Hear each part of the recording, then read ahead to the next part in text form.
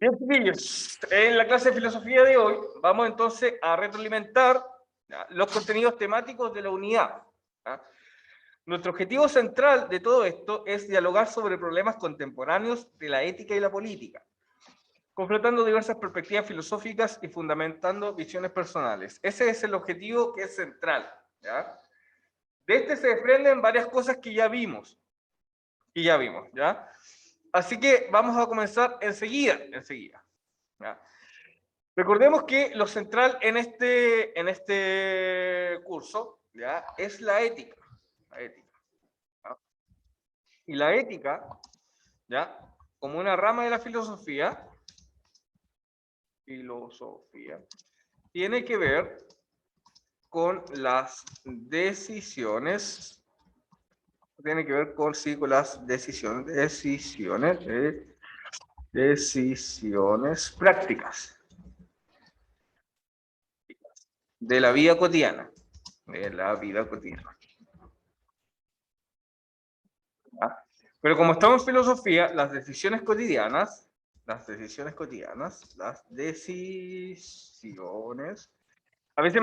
si se escucha, decisiones cotidianas,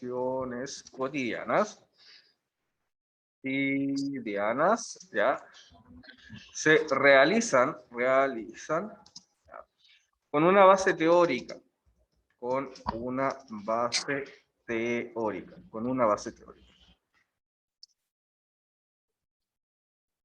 Con una reflexión, esto quiere decir con una reflexión acaparada, con una reflexión del tiempo histórico, del tiempo histórico. ¿Qué quiere decir esto? Que no decidimos de igual forma en este tiempo que estamos viviendo como decidíamos antes. Eso es lo que les quiero decir. Hay problemas nuevos. Uno de esos problemas nuevos, por ejemplo, es la perspectiva de género. Uno de esos problemas nuevos, por ejemplo, es la ecología, por ejemplo. Uno de los problemas nuevos siempre es el tema de la educación, siempre es el tema del progreso y todos los temas que nacieron desde una época histórica que era la modernidad. ¿Ya? Ya vamos a entrarnos a eso, ¿ya? Pero esto hay que tenerlo siempre claro. La ética entonces es la rama de la filosofía que tiene que ver con las decisiones prácticas de la vida cotidiana. Y estas decisiones cotidianas se realizan con una base teórica, con una reflexión del tiempo histórico. ¿Ya? Y eso es importante. ¿Qué quiere decir esto? Que nosotros no decidimos solamente por nuestro arbitrio, no decidimos por nuestras decisiones o nuestras inclinaciones, no. Siempre decidimos, ¿ya? Bajo un paradigma para decidir, que te da las posibilidades de hacerlo. ¿Ya?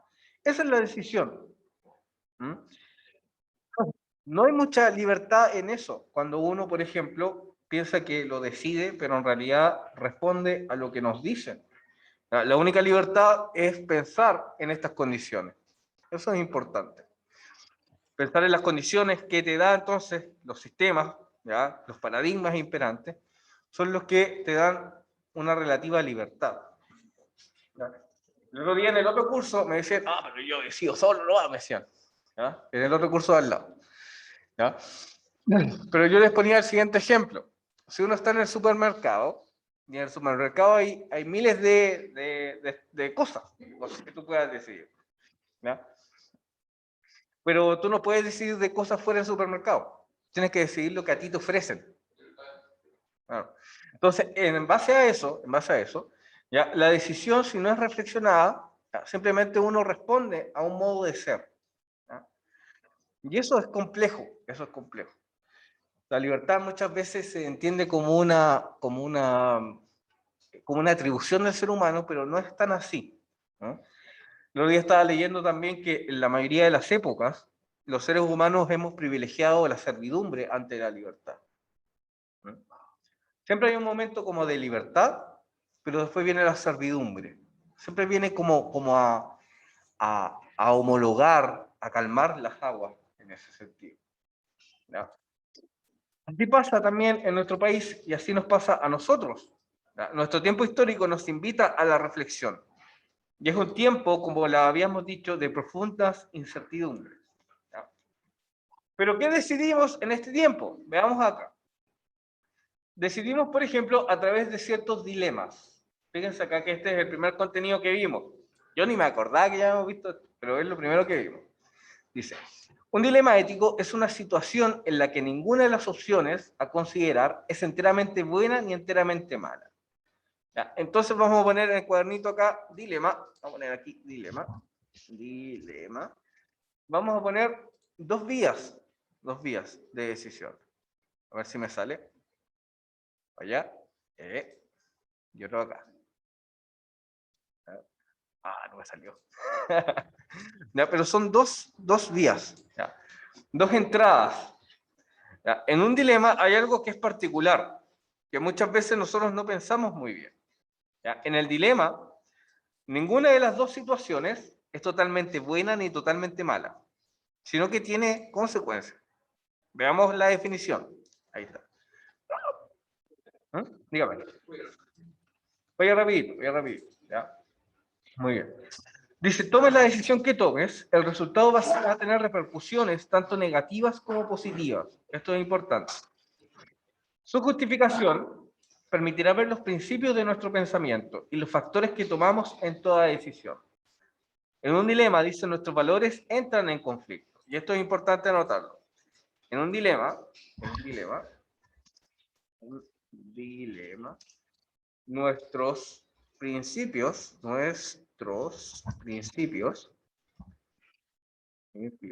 entran en conflicto. ¿Ya? Ahí. Vamos a poner esto en un ejemplo. Hoy día de la mañana estaba escuchando yo en la radio y decían que el presidente de Brasil, Bolsonaro, ¿ya? Tiene un problema judicial, ¿ya? Con la justicia de allá. Y resulta que él dijo lo siguiente: a mí, para que me saquen del poder, para que me saquen de la presidencia, solo Dios me saca de la presidencia. Solo Dios. Fíjate lo que dijo. Solo Dios me saca de la presidencia. ¿No? Es complejo en un mundo secular donde Dios no tiene mucho que ver. ¿No? Si yo digo, por ejemplo, estoy iluminado por Dios, nadie me va a creer. Porque esas cosas no son evidentes. ¿No? Yo sé que hay mucha gente que es religiosa y todo, pero yo no puedo, por ejemplo, comprobar que eso sea cierto. ¿Ya? Como decía un mismo pensador de ese lado, ¿ya? Por ejemplo, Santo Tomás decía, puede ser tan evidente para mí, pero no puede ser evidente para ti. Para que sea evidente para ustedes, yo tengo que comprobarlo empíricamente, tengo que hacer ciencia. ¿Ya? Volvamos a Bolsonaro. Bolsonaro decía, solo Dios entonces me saca del poder. ¿Ya? Y mucha gente ha salido a protestar en las playas de Copacabana, apoyando eso. Fíjate. Esa gente estaba en un pleno dilema. Decía, ¿lo apoyo o no lo apoyo? Y salieron a protestar en apoyo a su presidente que dijo eso. Solamente Dios me saca del poder. Fíjate entonces. Sí, lo que pasa es que estábamos hablando del dilema. Mira. Un dilema pone en... nuestros principios entran en conflicto cuando sucede un dilema. Entonces yo le decía a los chiquillos que Bolsonaro, el presidente de Brasil, dijo que solo Dios lo sacaba del poder. ¿Ya? Entonces ahí están los principios, por ejemplo, de las personas que se ponen en juego. O vas a creer en un Dios que no sabes si es evidente, o vas a creer, por ejemplo, en el sistema judicial de tu país. Y ahí entran en conflicto. ¿No? Muchas personas decidieron apoyar a Bolsonaro. ¿Ya? Y eso se vuelve complicado para el sistema judicial de un país. ¿No? O sea, ¿qué quiere decir Bolsonaro con que Dios solamente lo saca del poder? Que puede hacer lo que quiere. ¿No? Eso es lo complicado. ¿No? Y las personas que salieron a protestar a su favor entran en el dilema y ponen sus principios afuera. Entonces, ¿sus principios cuáles son? Creen en un Dios que está fuera de las leyes humanas,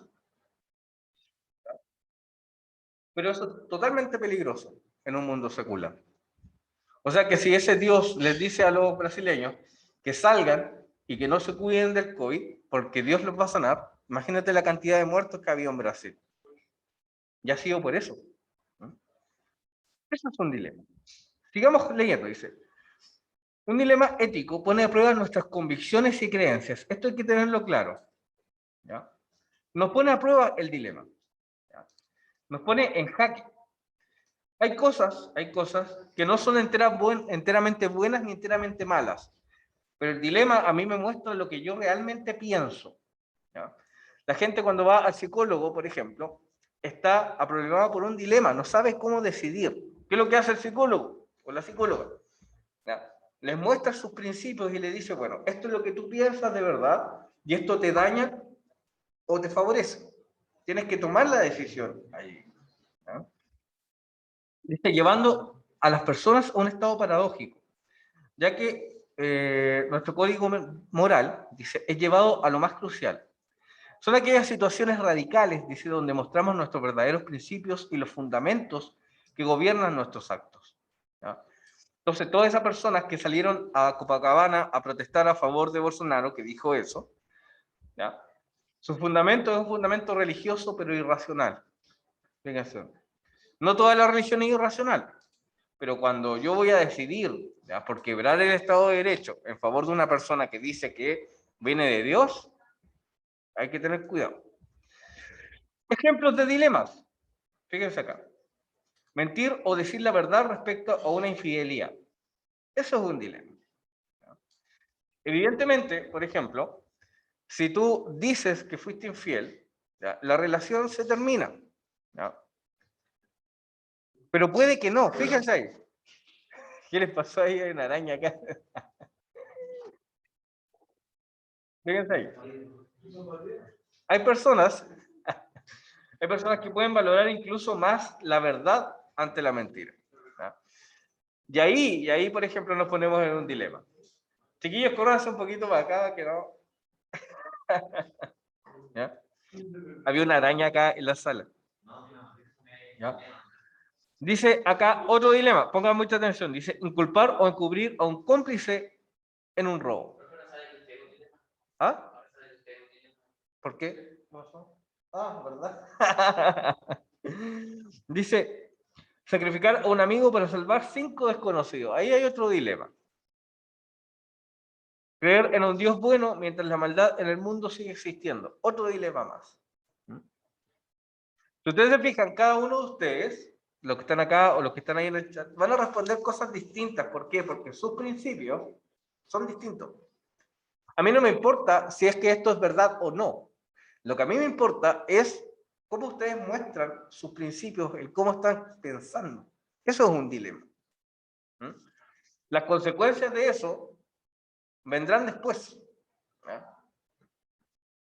Ustedes en este momento están en un dilema, si es que entran a estudiar o no entran a estudiar, por ejemplo. ¿Ya? Generalmente los mayores te dicen, oh, yo hubiera estudiado en tu tiempo y todo, pero esa decisión es mucho más posterior.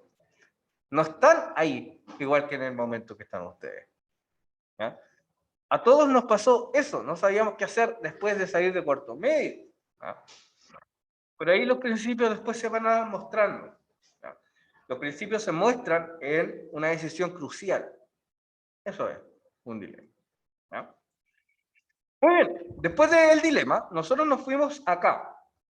Empezamos a pensar entonces en nuestro tiempo, en nuestro paradigma base. Eso fue lo que empezamos a pensar. ¿Ya?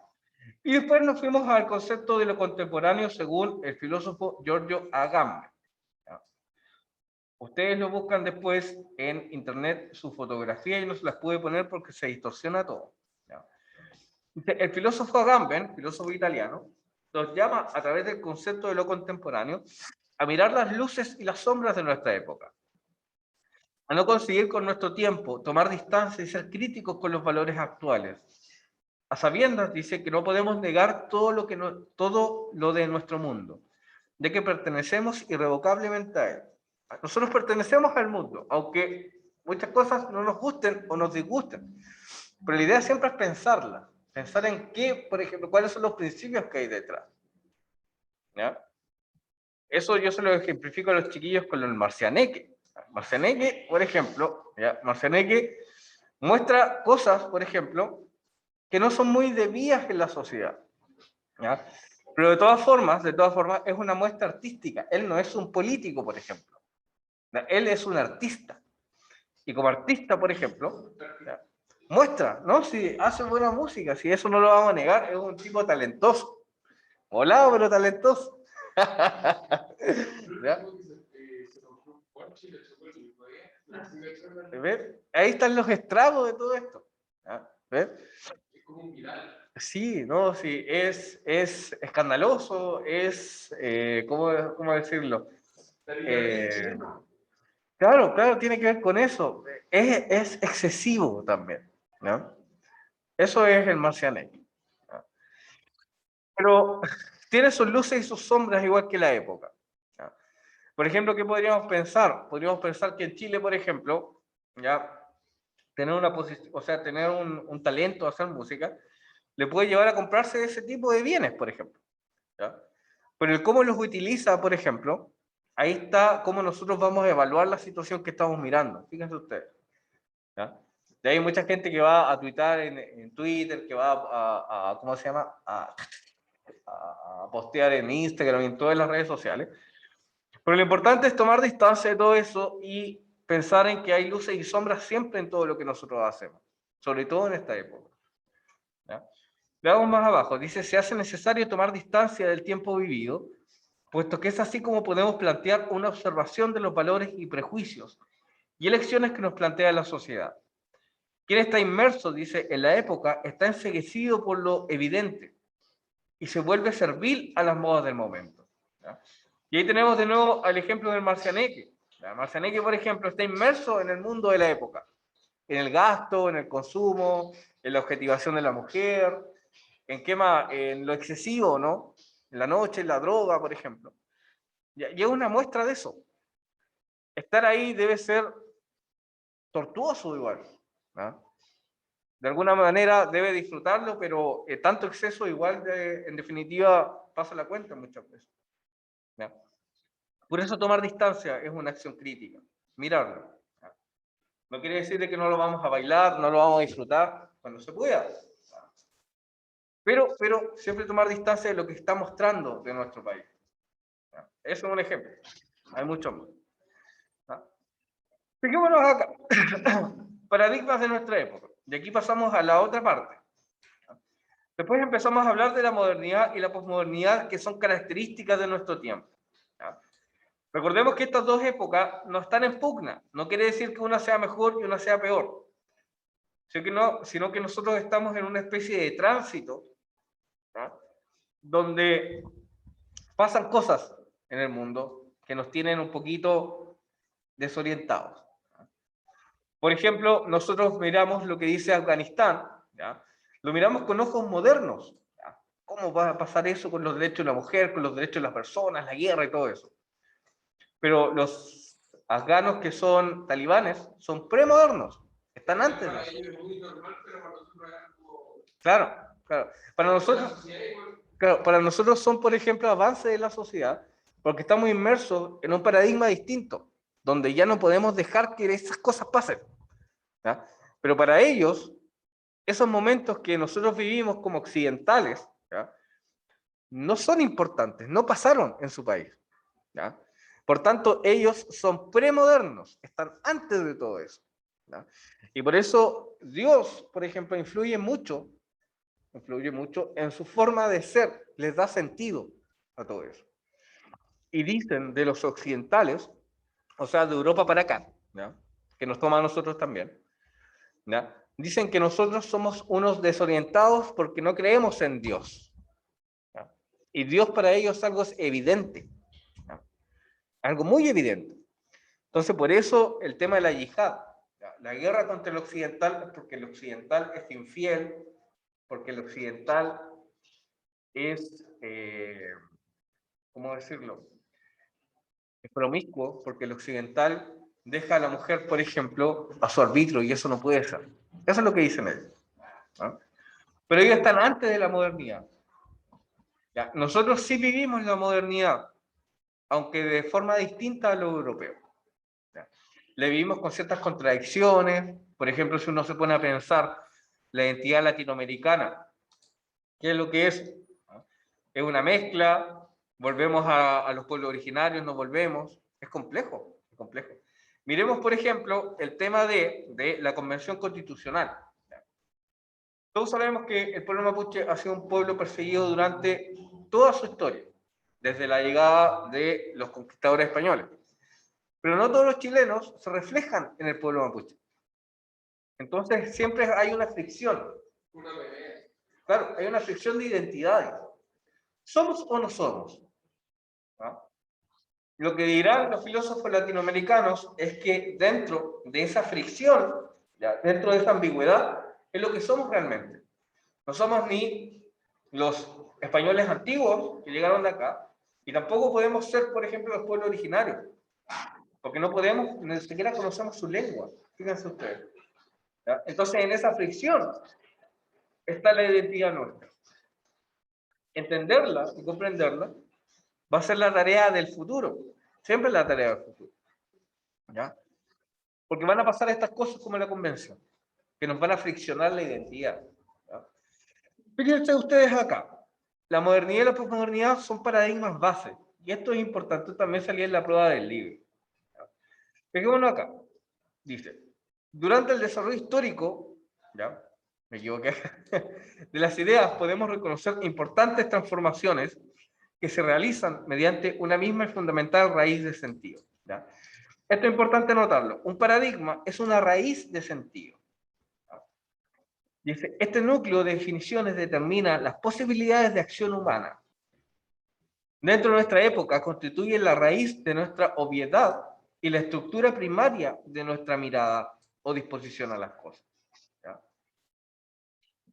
Fijémonos en un ejemplo con lo que estamos hablando antes de comenzar la clase. ¿Ya? Una cosa con respecto a la niñez. ¿Ya? Hoy día, por ejemplo, no se puede hacer trabajar a los niños, ¿ya? Porque el paradigma frente a la niñez ha cambiado. En cambio, nuestros abuelos trabajaban. Trabajaban. ¿Ya? Mis bisabuelos, por ejemplo, mi abuelo, no, sí, mis bisabuelos, sí. ¿Ya? Trabajaban en un yacimiento de minero acá en el norte de La Serena. Entonces, como él era pequeño, ¿ya? Sus manos servían en la manufactura, trabajaban en eso, desde los 11 años, menos. ¿No? Hoy día eso ya no se puede hacer, porque el paradigma cambió. Fíjense. Para nosotros es obvio que los niños no pueden trabajar. Ni siquiera los niños descalzos como eran antes.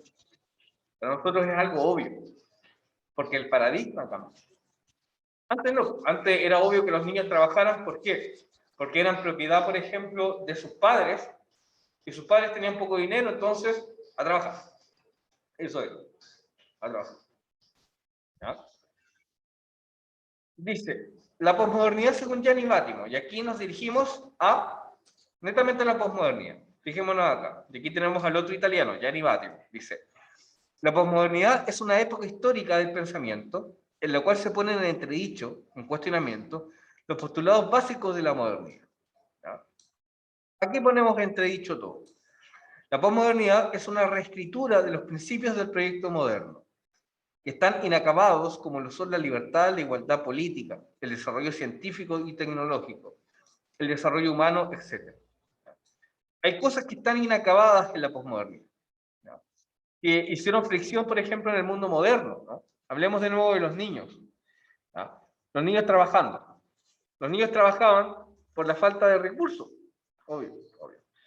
Pero la posmodernidad, por ejemplo, releyó eso y mandó a los niños a la escuela. A la escuela. ¿No? Ahí hay una relectura de eso. ¿Por qué? Porque las personas necesitan, por ejemplo, ya formarse mejor para alcanzar mejores puestos de trabajo y todo eso. ¿Ya? Y no matarse en una fábrica, por ejemplo. ¿Ya? La igualdad política también está en entredicho, el desarrollo científico y el desarrollo humano. La posmodernidad es una reescritura de la posmodernidad, eso hay que tenerlo bien claro.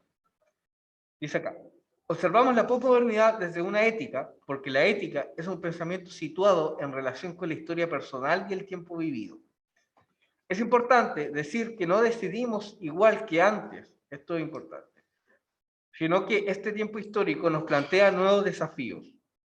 Así la ética, dice, nos ayuda a evaluar nuestra época, que algunos pensadores han pensado como posmodernidad. Eso es. Estamos en un momento de definiciones en nuestra época. Estamos en un momento de profundo cuestionamiento. ¿Ya? Y eso es lo que nos dice nuestro tiempo histórico. Bien, aquí vamos a entrar a otra cosa. Dice, diferencia entre la modernidad y la posmodernidad. Hay una diferencia que es radicalse. Dice, la principal diferencia entre estos dos proyectos es que la posmodernidad ha abandonado la verdad y la racionalidad. Esto debido a la pérdida de los fundamentos que constituyeron nuestra forma de ser sociedad, dice. Volver a ellos es repensarlos, reescribirlos, según las nuevas necesidades que implica el proyecto actual de la sociedad humana. Eso es bueno. ¿No? Hay cosas que son positivas en esta reescritura, por ejemplo. ¿No? Una cosa positiva, ¿no? No es pensar en el hombre, por ejemplo, como el ser productor, ¿no? Que se llevaba también todo el peso de lo familiar y también las ventajas, por ejemplo, de lo público. Antes, a principios de siglo, por ejemplo, ¿ya? La mujer estaba relegada solamente a la casa, ¿ya? Al hogar, a la vida privada. ¿Ya? La mujer sale a trabajar y cambia, por ejemplo, nuestro estilo de vida, nuestra forma de relacionarnos. Hay cosas que han cambiado. ¿Ya? ¿Por qué? Porque ya no existe una sola forma, por ejemplo, de ser hombre o ser mujer, ¿no? Sino que hay una reescritura de todo eso. Y eso es importante en este tiempo, ¿no?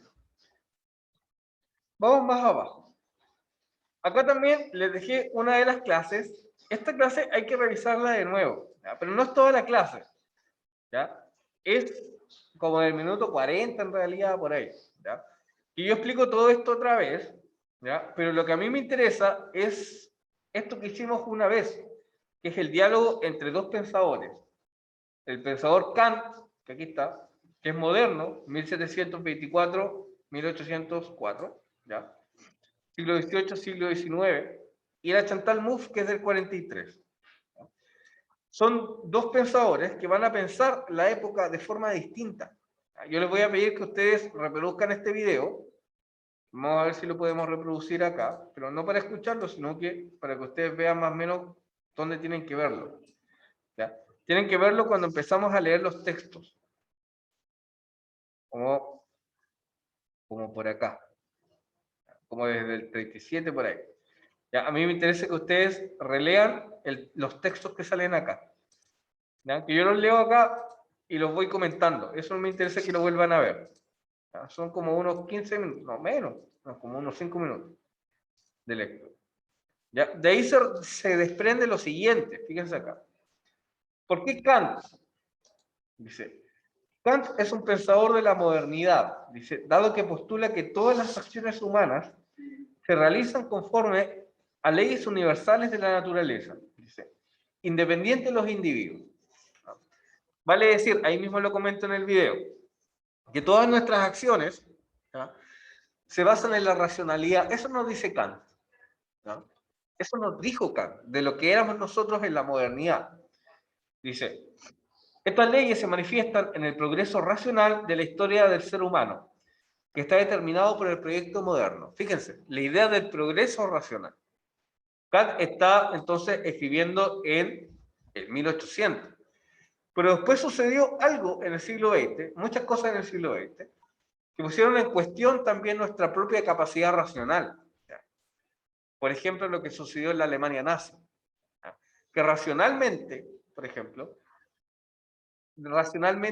se hizo una fábrica de exterminio, con horarios, con cotas de producción, que básicamente era exterminar al ser humano racionalmente. Fíjense ustedes, la racionalidad misma que nos decía Kant en esos años, nos llevó a hacer eso como sociedad, ¿no? Los alemanes, cuando eligieron a Adolf Hitler, eran bastante racionales también cuando lo eligieron. Había causas por eso, ¿no? Pero todo eso llevó a la Alemania nazi y al quiebre también con la modernidad, con que haya una sola forma universal de entender las cosas. Eso también es parte de nuestra época, también es parte de nuestra identidad como occidentales. Por eso nosotros lo vemos de nuevo. Por otro lado, dice la pensadora belga, que es Chantal Mouffe, que está aquí, aporta en la discusión posmoderna la sinceridad de la confusión permanente en estos modos de pensar. Dice, de nuestros días, producto del quiebre con la modernidad. Aquí hay un quiebre, dice Chantal Mouffe. Dice, alude a que la racionalidad está en cuestionamiento. Critica el universalismo de la razón y la idea de que de la naturaleza humana universal. No existe una naturaleza humana universal, dice Chantal Mouffe. Existen varias, múltiples y dinámicas. Dice, no existe una sola naturaleza humana esencial, sino que es el resultado de la contingencia y la ambigüedad. No existe un individuo transparente y racional, sino más bien identidades múltiples, históricas y deconstruidas. ¿Ya? Hay razones, ¿ya?, para pensar, por ejemplo, que una persona teniendo un sexo biológico pueda tener una identidad de género distinta. Fíjense ustedes. ¿Ya? Una persona puede nacer, por ejemplo, con el sexo masculino, pero identificarse con el género femenino y viceversa, o no hacerlo. No existe una sola forma de hacer las cosas. No existe una sola forma de un ser humano racional. Esa apertura hacia estos nuevos modos de ser son parte de nuestra posmodernidad. Eso es importante, importante. Fijémonos en una situación, por ejemplo, muy moderna. Fijémonos en la Rusia soviética. ¿No? En la Rusia soviética, por ejemplo, los seres humanos estaban entonces orientados hacia la producción, por ejemplo, de su país, en cuotas, por ejemplo, totalmente planificadas. ¿Ya? Cada uno de nosotros entonces era parte del Partido Comunista, si hubiéramos sido rusos en ese tiempo. ¿Ya? Y en el partido, por ejemplo, hay una moral, hay una forma de ser. ¿Ya? Un hombre tiene que ser productor, la mujer también, tenemos que producir para el Estado. Pero ¿qué pasa si había una persona, por ejemplo, que no se consideraba varón, por ejemplo? Gulag, y se los mandaba a Siberia. Así era. Personas que no querían participar en el partido, Gulag, Siberia. Muerte y destrucción. Esas cosas eran bastante racionales para las personas del partido. ¿Ya? Pero también mostraban la irracionalidad misma de los sistemas que antes nos imperaban. Ahora podemos decir de que las personas pueden ser un poco más libres en ese sentido porque se pueden dar su identidad. Pero aún eso está en cuestionamiento, aún eso está formándose. Son los tiempos nuestros, distintos a los tiempos antiguos. Vamos acá. Eso sí. Así se pensaba antes, Natalia. Muy bien. Sigamos acá. Dice, en filosofía encontramos el ejercicio crítico y reflexivo, dice, de encontrar los fundamentos de lo que fuimos en la modernidad y lo que seremos en la posmodernidad. La disciplina filosófica nos recuerda que, si bien vivimos en un tiempo ambiguo y lleno de incertezas, la filosofía nos invita a encontrar las razones y las causas de lo que somos hoy. Eso es lo que tenemos que hacer. Después avanzamos a uno de los conceptos importantes en la posmodernidad, que es el concepto de cuerpo. Fíjense acá. Dice, la modernidad constituyó un cuerpo aislado, separado de la mente e integrado. Se intentó hacer un símil entre el cuerpo humano y la máquina. ¿Ah? Eso en el siglo XVII, XVIII, XIX, hasta el siglo XX. El ser humano como una máquina. ¿No? Sin embargo, dice, esta visión unitaria dejaba de lado otros aspectos en conformidad con lo corporal, como lo son la relación con los otros y su rol en la construcción de la identidad. ¿Ya? Para nosotros esto es una obviedad, porque está dentro de nuestro paradigma, pero antes no era así. ¿Ya? Pensemos, por ejemplo, en la deconstrucción de lo masculino, por ejemplo. Hablar sobre los sentimientos de los varones. ¿Ya?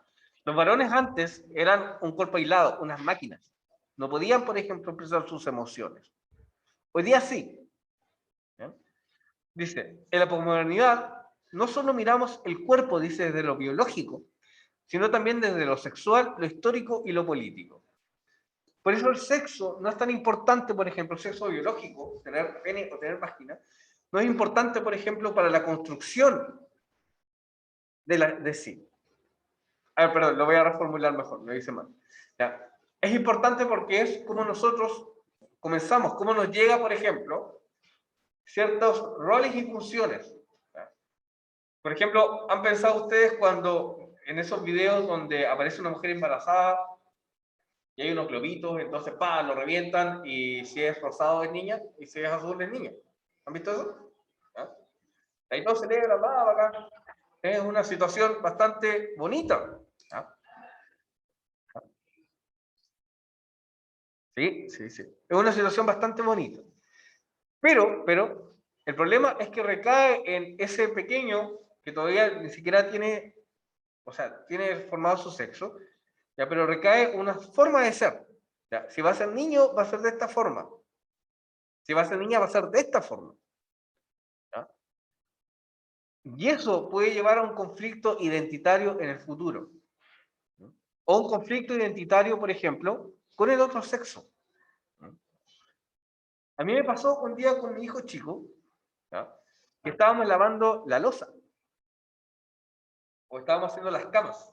Entonces, como él no vive conmigo, una vez me dijo, pero es que eso lo hace mi mamá, no lo hago yo. Fíjense en el proceso de subjetivación que está teniendo él. Él no vive conmigo. Entonces, él me muestra ¿qué? ¿Qué me muestra? Que hay roles y funciones asignadas desde chico. ¿Ah? Entonces, ¿qué viene yo? Y dije, y le pegué. No. No, le pegué el mazo papi, no. Pero le dije que teníamos que ayudar todos en la casa. ¿No? Así pasaba.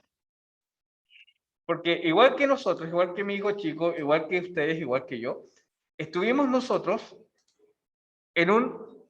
Le eché agua a la... No. Nosotros vivimos un proceso de subjetivación. ¿Ya? Y esto es importante, ese es otro concepto. ¿Ya? Fíjense ustedes acá. Dice la construcción de la subjetividad, o sea, de lo que somos nosotros internamente, dice, es el resultado de un proceso cultural, político, económico y social, etc. ¿Ya? Esto hay que tenerlo bien claro. Todos nosotros somos producto de una cultura, producto de decisiones políticas, económicas y sociales. ¿Va? Recae en nosotros repensarlas, eso va a ser ética. Dice, en ellas se sintetizan los procesos de subjetivación que vive cada persona como sujeto. ¿Qué es lo que es la subjetivación? ¿Ya? Lo que hace que un sujeto sea. Eso es. ¿No? En este proceso, dice, lo exterior es asumido como la interioridad a través de distintas fuerzas que atraviesan al sujeto, como lo son el poder, la tradición, los medios de comunicación, la sexualidad, la identidad, la moral, etc. Esas líneas constituyen el centro del yo en la posmodernidad. Por eso también hay reivindicaciones hoy día de la mujer. ¿Por qué les digo esto, chiquillos? Porque en la mujer, en el cuerpo de la mujer, ¿ya? Recaen todas estas cosas, por ejemplo. Fíjense acá, el poder, por ejemplo. El cuerpo de la mujer entendido, por ejemplo, como carne, como algo que yo tengo que tomar, ¿no? Como algo que yo tengo que conquistar. ¿No? Ahí recae una fuerza dentro del cuerpo de ella. Fíjense ahí. La tradición, fíjense ahí. El cómo se han hecho los roles de género tradicionalmente. Los medios de comunicación, la sexualidad, la identidad, la moral, dice. Estas líneas constituyen el centro del yo. Este lo hicimos una vez en un esquema también. Y aquí está también el video de la subjetivación. Esto también hay que mirarlo de nuevo. Y por último, llegamos al último concepto, que era la perspectiva de género. Veamos acá, dice. La perspectiva de género se refiere a la metodología y al mecanismo que permite identificar y cuestionar la discriminación, la desigualdad y la exclusión de las mujeres. ¿Ya? Y ahí hay que entender una cosa. No es una decisión, no es una decisión de uno, por ejemplo, discriminar o no discriminar. ¿Ya? atraviesa líneas en nosotros de poder que son mucho más fuertes que la propia decisión nuestra. Y que están todos los días ahí, dándonos vueltas. Dice, la discriminación que se pretende justificar con base a las diferencias biológicas, dice, culturales y tradicionales asignadas entre mujeres y hombres.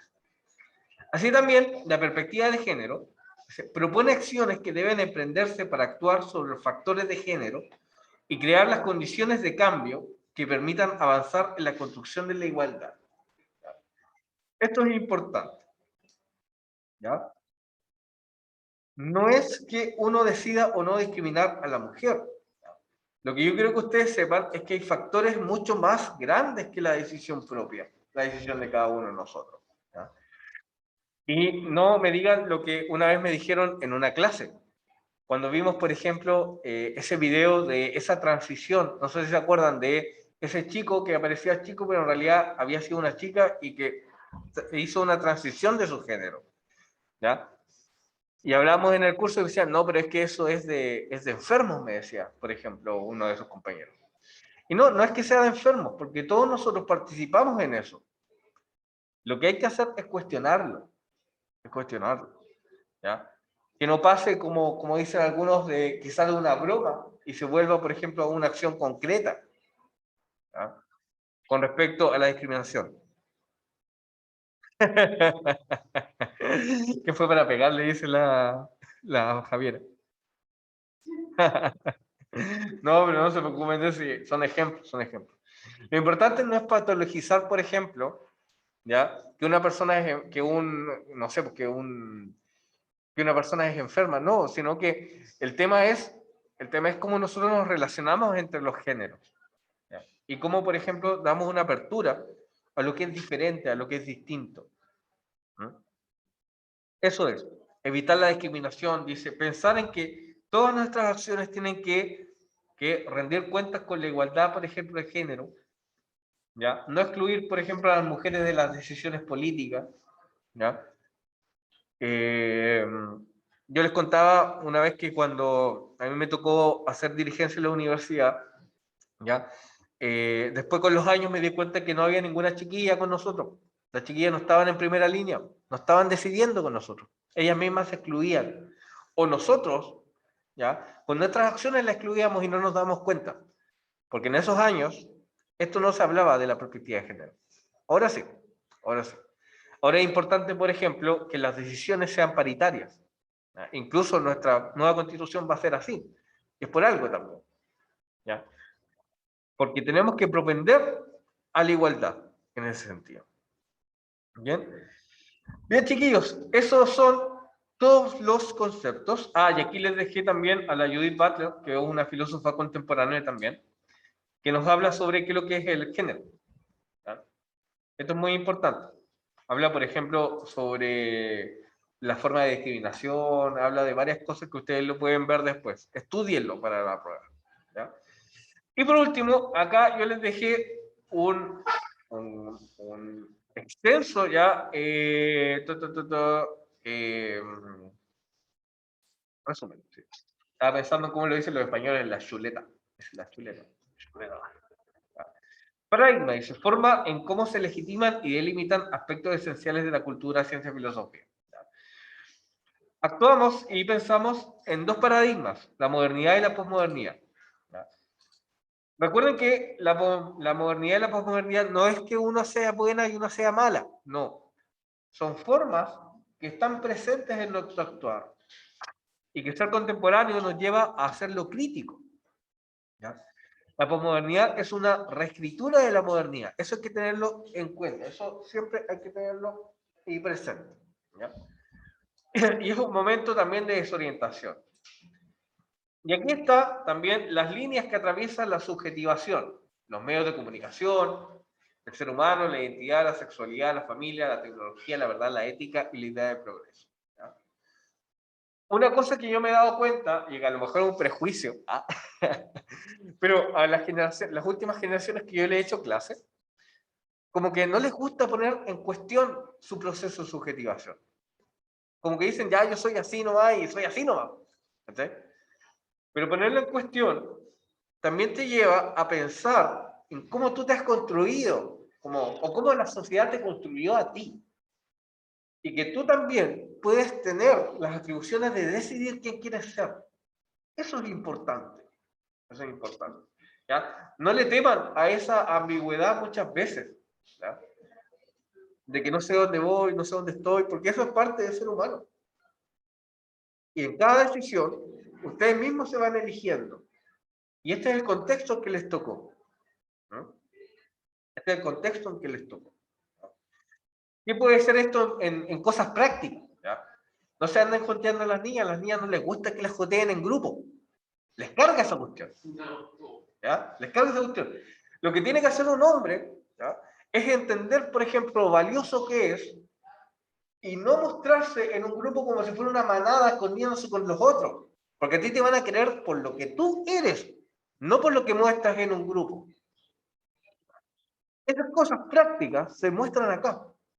¿Ya? No se andan joteando a las niñas no les gusta que las joteen.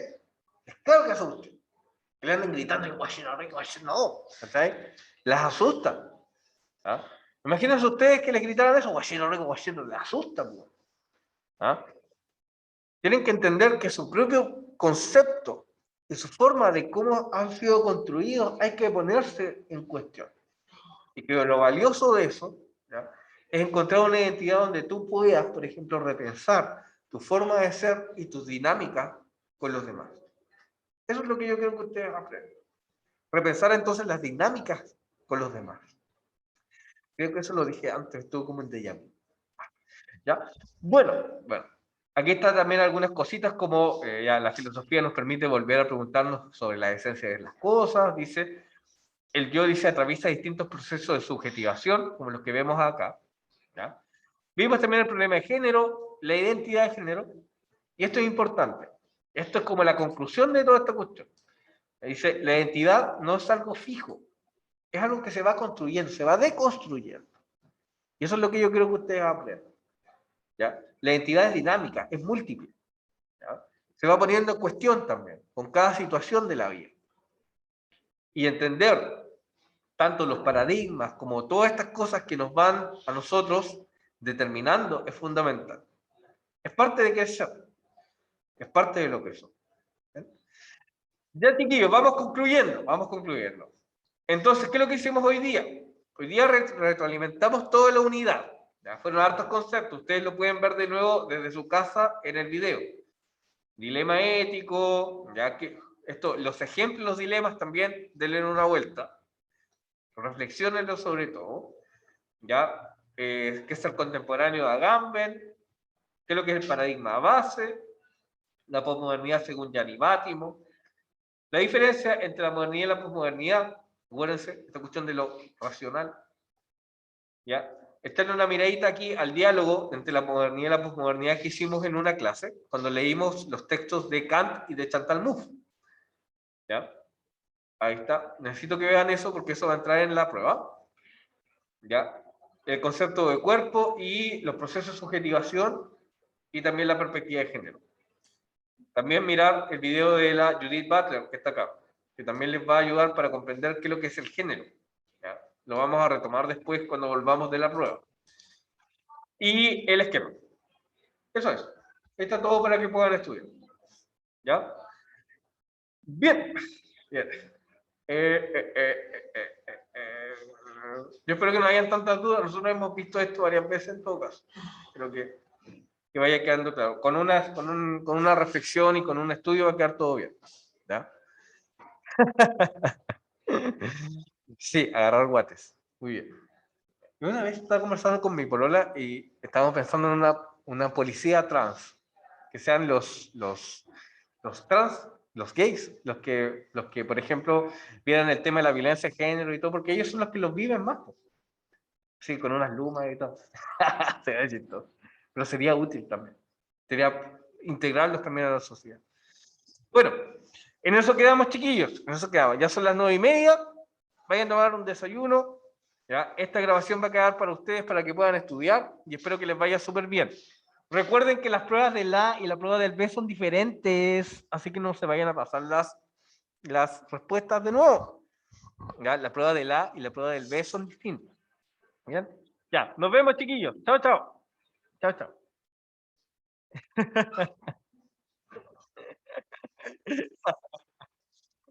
Claro que sí, claro que sí.